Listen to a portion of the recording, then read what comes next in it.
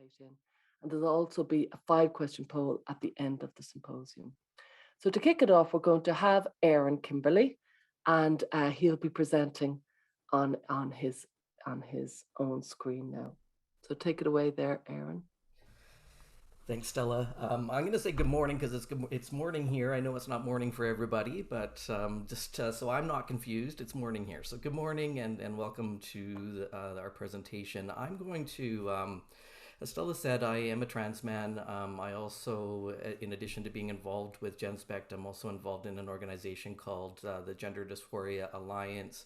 And our aim really is just to open up the conversation beyond, beyond the activism, beyond what the branding and the media, to just have a deeper conversation about our experiences. So my task here is really to set the stage and provide some context for the rest of the speakers. I'm going to share my screen here.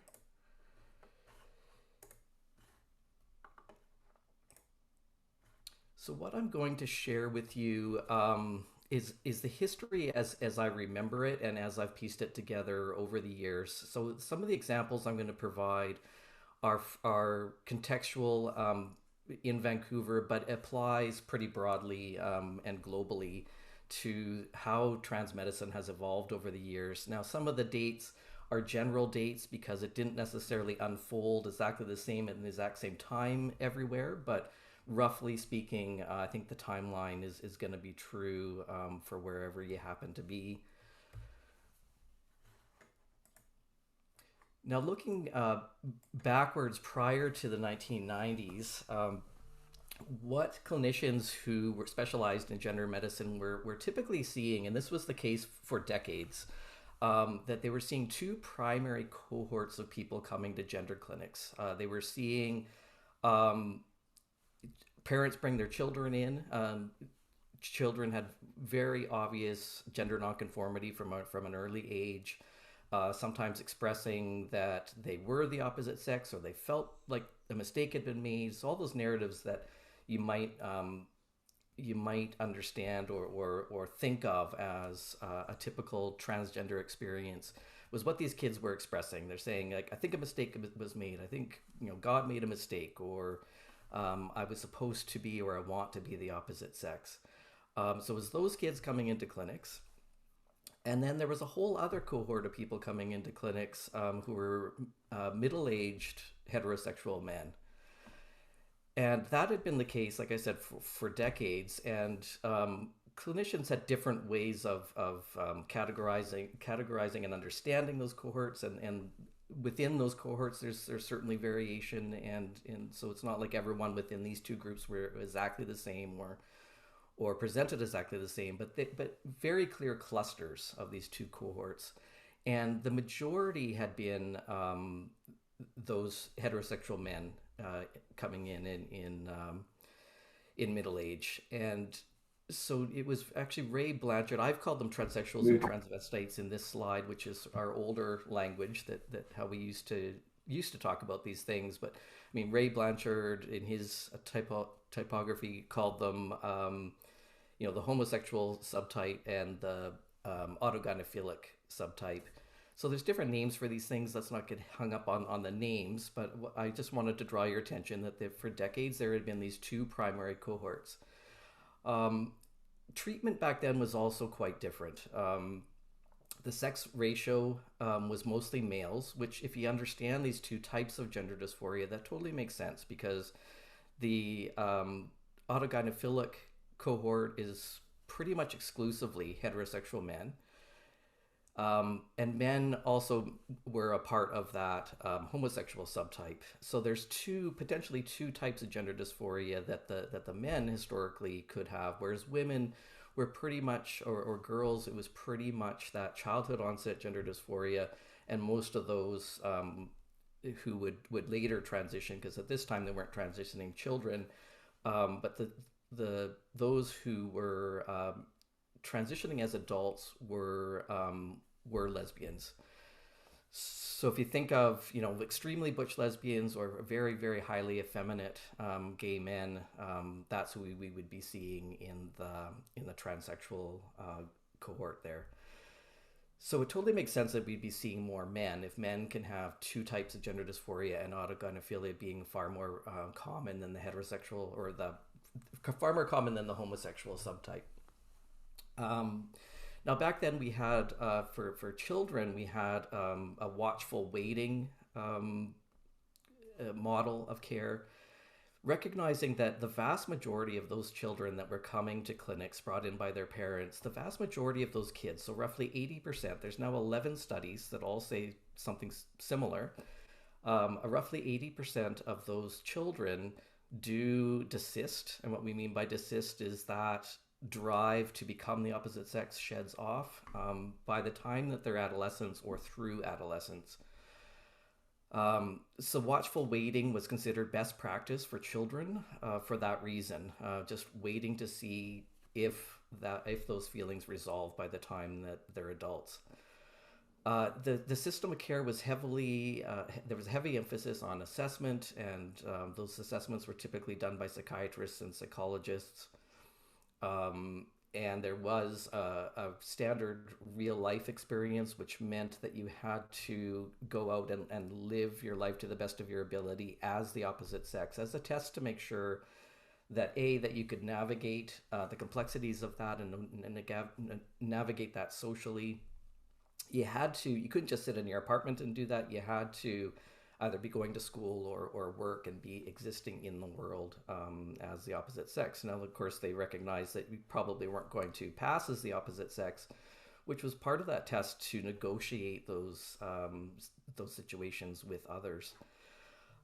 There was very much an emphasis on psychotherapy as well, not necessarily just for the purpose of what we now call gatekeeping, but it was also for the purpose of establishing a successful transition for people if that was the route that they ended up taking, because it is very highly complex, socially, psychologically, physically. And then there was the option of hormones and surgeries for those with severe enough dysphoria as adults.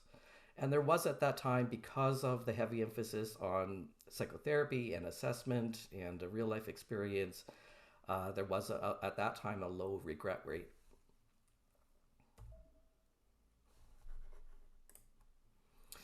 Now, 1990s, early 1990s, if you were in university in the early 90s like I was, you'll know that queer theory entered into academia in the early 90s. I was a very young adult at that time. I took a queer theory class. It was brand new as a discipline.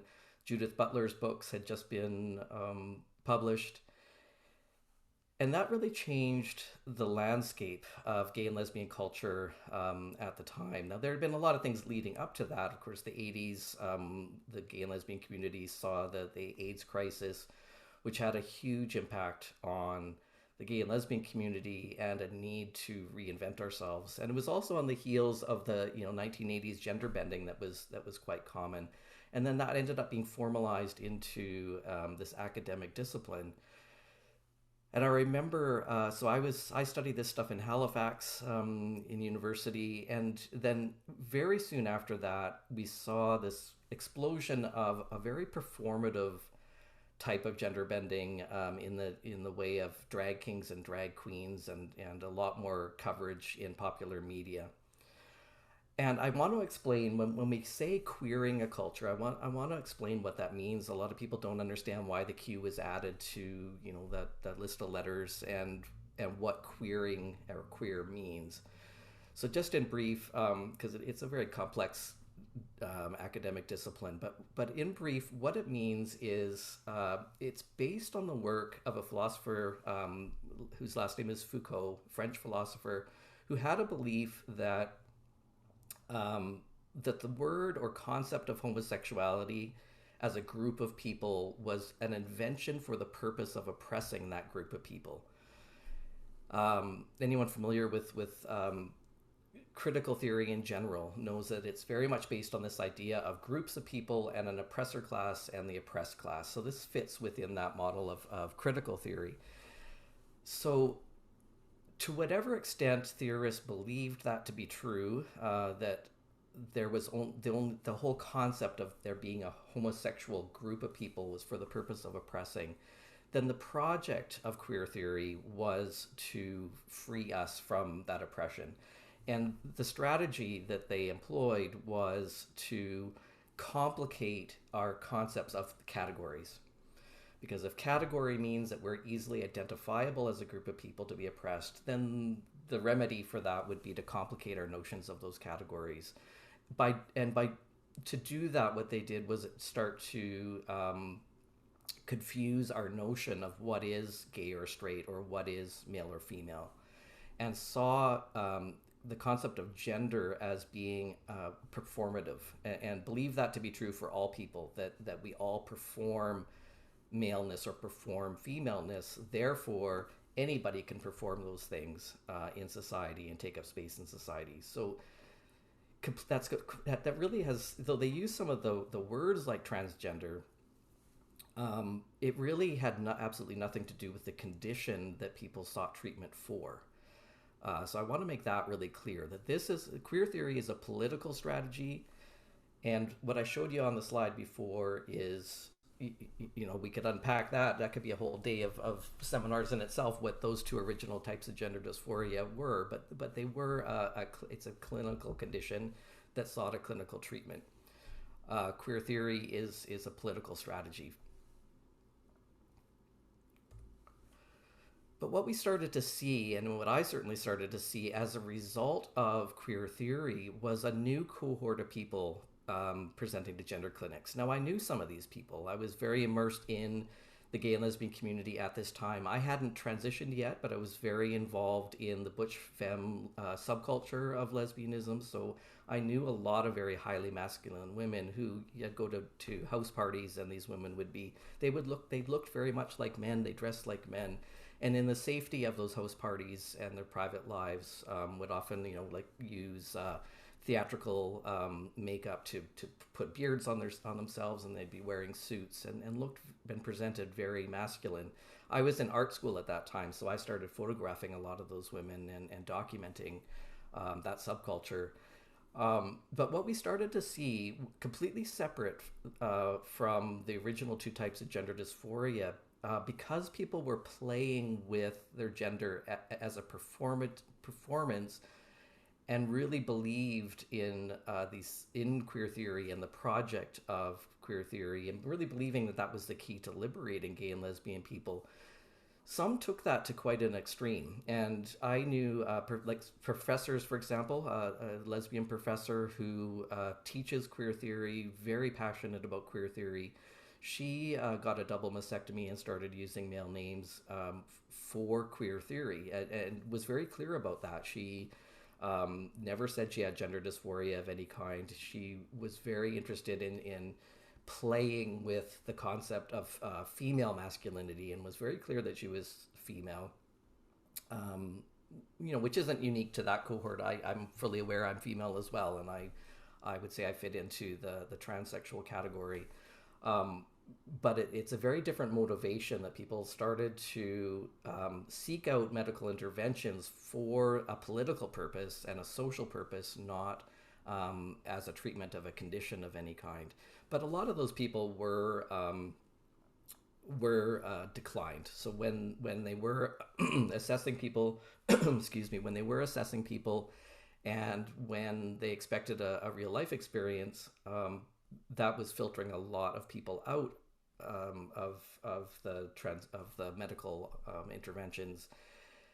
Though I did hear some people in that transgender, genderqueer cohort say that the problem with assessment is that it's a fairly standardized list of questions that you ask, and people in the community would quickly learn what those questions were, and said that they just kind of rehearsed their answers and lied their way through the assessment. So some were getting through.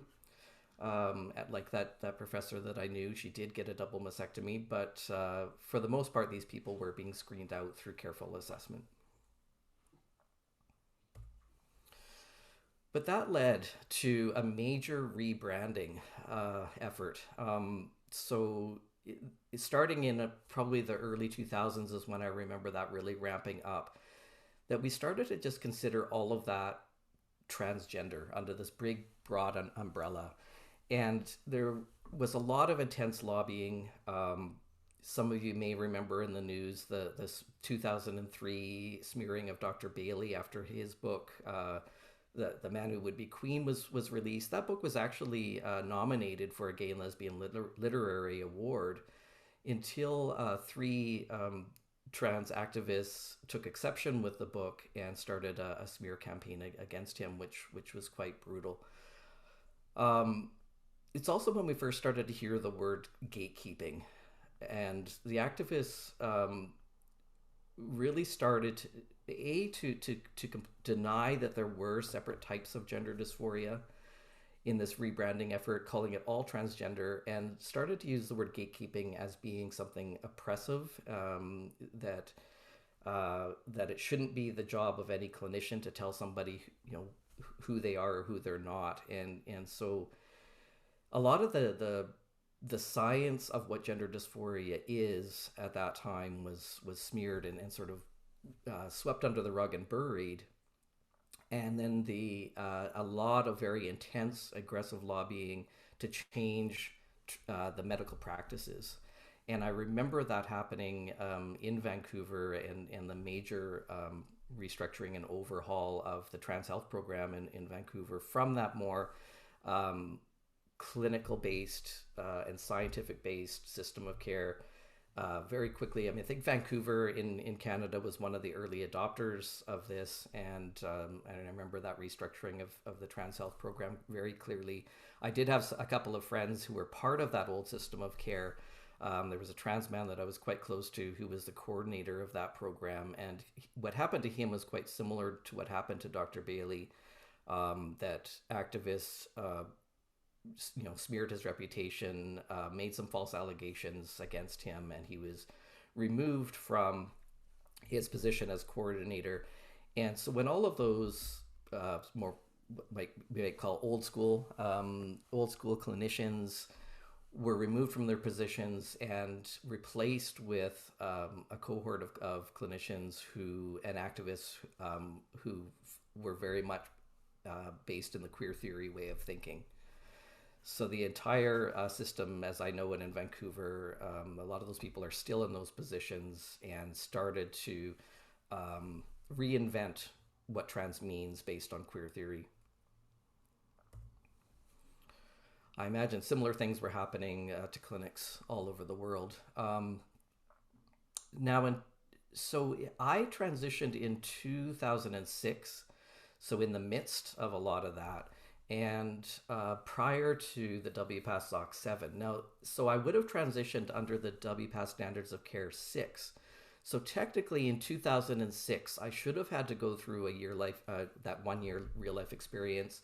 I should have been assessed over a period of months. I should have been seen by a psychologist and a psychiatrist. I should have received some psychotherapy, and I should have received some education about what gender dysphoria is, which I think as a patient, that is my right to understand the condition that I have and the condition that I'm seeking treatment for. But like I said, Vancouver was an early adopter to this new model, and so very little of that happened. So I didn't go through a real life experience. I did go through an assessment period of about 2 months, and I didn't receive any psychotherapy. The assessment was done just by a family physician. I didn't have to see a psychologist until it came time for my surgical readiness assessment. I did see a psychologist for screening. It was a single visit. So the system, even before the WPATH SOC 7 came out, the system had already changed significantly, and clinics weren't following the standards of care that had been released for almost a decade before the SOC 7 was released. Now, when SOC 7 was released, that was the beginning of what we now call the affirmative model of care, based on a single study that the Dutch clinic had done.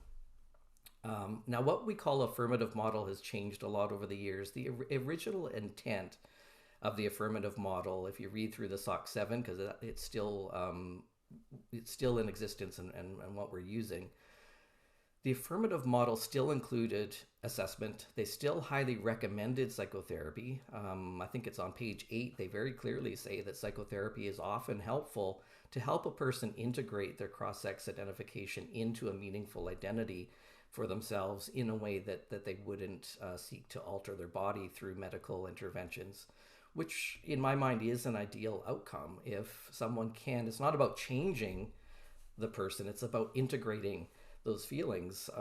So a butch lesbian, for example, may have quite extreme gender nonconformity, may have some degree of gender dysphoria, but doesn't necessarily have to or want to identify as transgender and want to alter her body. And I do see that as an ideal outcome if she can find some comfort in both her sexual orientation, her body, and those cross-sex experiences and feelings. So what the affirmative model meant, affirmation does not mean confirmation.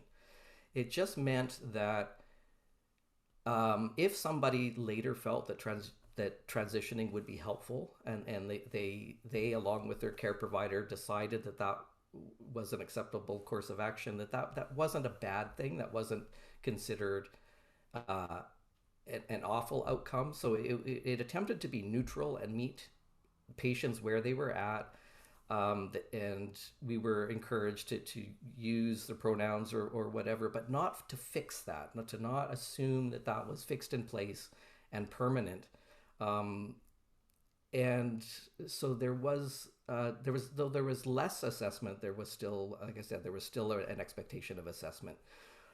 But there was one paragraph in the SOC7 where they said that some clinics had already began an informed consent model.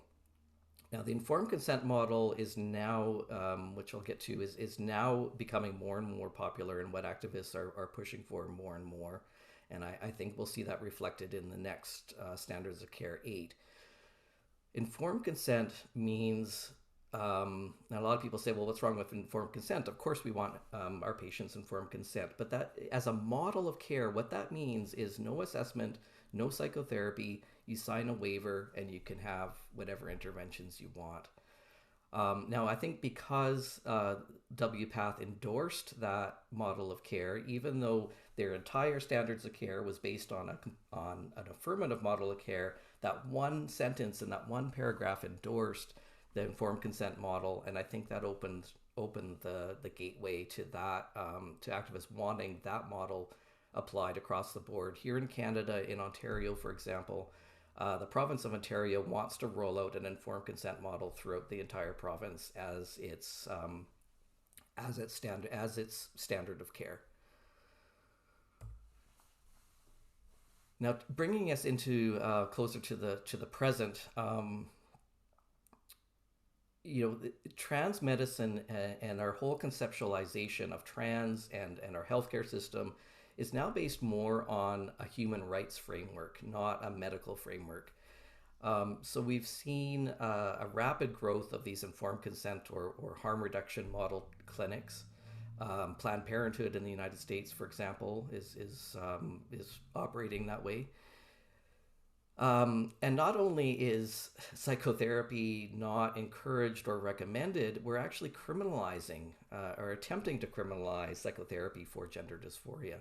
Even though, just to remind you, the SOC7 was very clear that psychotherapy can be helpful to integrate an identity in which a person is happy without medical interventions. And activists are now framing all ethical psychotherapy as conversion therapy. Now, that was a charge brought against, or an accusation anyway, he was never criminally charged, but an accusation against Dr. Kenneth Zucker. If you haven't heard that name, Zucker is one of the most well-respected specialists in trans medicine. He happens to be Canadian, working in Ontario. So he went through a similar fate as what Dr. Bailey did in 2003, that false allegations were brought against him and he was fired from the clinic. he did later receive an apology and a settlement in 2018, and he's still in private practice.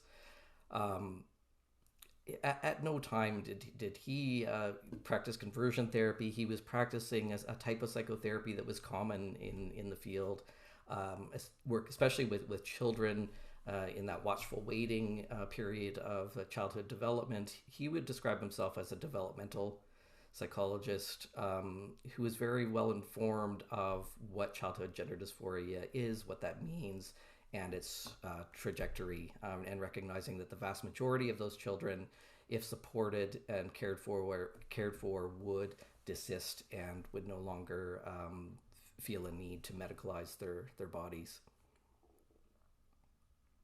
And there was a lot more emphasis on pediatric transitions. That was never the case. For decades, we weren't transitioning or medicalizing children. Now, just to kind of put this together in terms of some stats, these are stats from the BC Children's Hospital Gender Clinic, but this graph could be from any clinic anywhere in the world. We're seeing this exponential growth in the numbers of people showing up to clinics.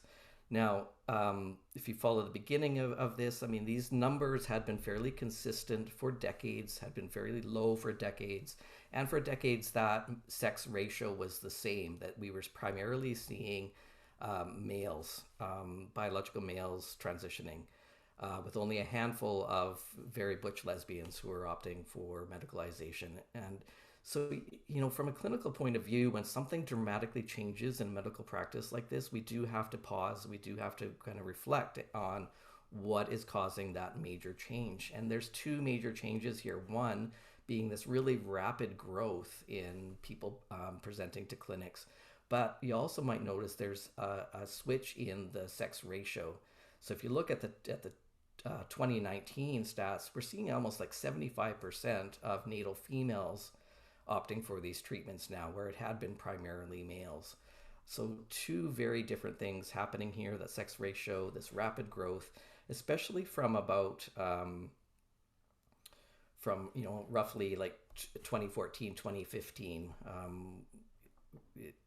But even starting in 2006. And so I hope that providing a bit of history helps to explain, you know, at least possibly explains why we're seeing this growth and why we're seeing this sex ratio change. And just to bring us back to, you know, if we take the lid off the box of this rebranding of everything as trans, and that everyone who identifies as trans or everyone who seeks medical intervention is the same. When we take the lid off the box, what we're still seeing is a handful of gay and lesbian people who have a type of gender dysphoria specific to gay and lesbian people. We're still seeing those with autogynephilia is heterosexual men, and that tends, the onset of kind of autogynephilia is usually adolescence, and it's thought to get progressively worse throughout adulthood, which is why it was typically middle-aged men who were presenting to clinics. And then we really don't know, you know, what these numbers are of the more socially, politically, or social media influenced young people presenting to clinics. And my belief is that cohort is the one that's rapidly growing. It doesn't really make sense so much. I mean, we may see because of reduced social stigma, because that's one of the counter explanations for this rapid growth in numbers, is that maybe because of lack of stigma that we're just seeing more of the original type of gender dysphoria patients coming into clinics. And that could be true for, I think, a small number of people. But I mean, I would say it would be alarming if we would see rapid growth in gay and lesbian people suddenly wanting to alter their bodies and live as the opposite sex. But I really do think it's largely this this more socially influenced group of people that's inflating these numbers. So bringing us to the current moment, we are seeing some anecdotal evidence from clinicians and parents all over the world, seeing that there is a difference in the type of person coming into clinics. We're seeing, for example, adolescent females, and that was never the case before. So we would see these males and female children with extreme gender nonconformity coming in historically, What we weren't seeing is teenage girls who had absolutely no history of gender nonconformity as children coming into clinics. That's a brand new cohort. And so Dr. Lisa Littman did a 2018 study talking to parents who were reporting this phenomenon. And since then, Abigail Schreier's book, Irreversible Damage, came out, which she interviewed a number of clinicians, parents, and trans people about that phenomenon specifically. And since then we are seeing an emerging evidence that that cohort absolutely does exist. I've seen it in my clinical practice. Many clinicians have, um, and and a strong belief that social media and peer relationships play a role in that. I was certainly seeing in that in some of the clients that young people that I was seeing doing assessment with were saying things like, they were very lonely as children. They may have autism or ADHD, struggled with peer relationships, found an online community of trans-identified people online, and I really think for some of these young people, it simplifies socialization for them, where they can fit into a peer group, perhaps for the very first time in their lives, and that has such a strong appeal to somebody when your developmental task as an adolescent is to fit into a social group.